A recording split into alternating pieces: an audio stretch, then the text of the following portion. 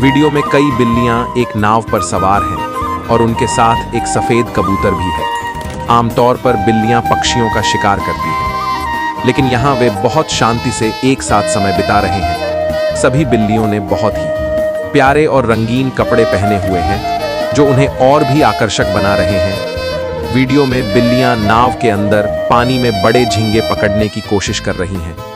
उनकी चपलता और शिकार करने का अंदाज देखने लायक है।